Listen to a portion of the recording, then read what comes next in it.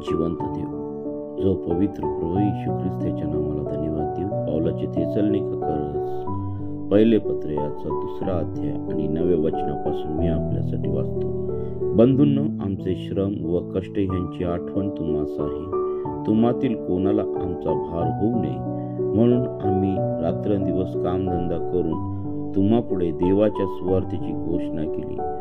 तुम्हा विश्वास ठेवणाऱ्यात आम्ही पवित्रतेने, नीतीने व निर्दोषतेने कसे वागलो ह्याविषयी तुम्ही साक्षी आहात व देवही आहे. तुम्हास ठाऊकच आहे की बाप आपल्या मुलांना करीतो तसे आम्ही तुम्हापैकी प्रत्येकाला बोध करीत, धीर देत व आग्रहपूर्वक विनंती करीत सांगत होतो की जो देव आपल्या राज्यात व गौरवात तुम्हाला पाचारण करीत आहे त्याला शोभेल असे तुम्ही चालावे. वाचलेले वचन दे बापा आशीर्वादित करो. आमेन. आजच्या ह्या वचनामध्ये देवबाप आम्हाला स्पष्टपणे सांगत आहे, या ठिकाणी दिसत आहे की देवाचे सेवक हे कोणावरती अवलंबून नाहीये.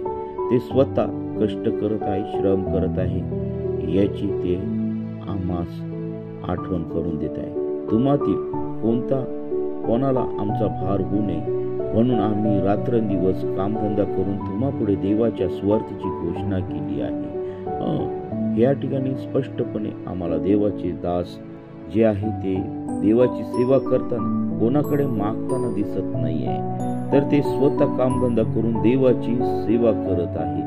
ते आपला भार कोणावरती टाकत नाहीये. परंतु आजच्या सेवेचं आम्हाला वेगळं दिसून येत आहे की जे काही देवाचे दासे आहेत की ते आपला भार मंडळीवरती टाकायला पाहत आहे. आणि खरोखर आम्ही ज्या देवाची सेवा करत आहोत तो जिवंत देव, जो स्वर्गामध्ये सिंहासनारूढ आहे, तो आमचा देव आहे.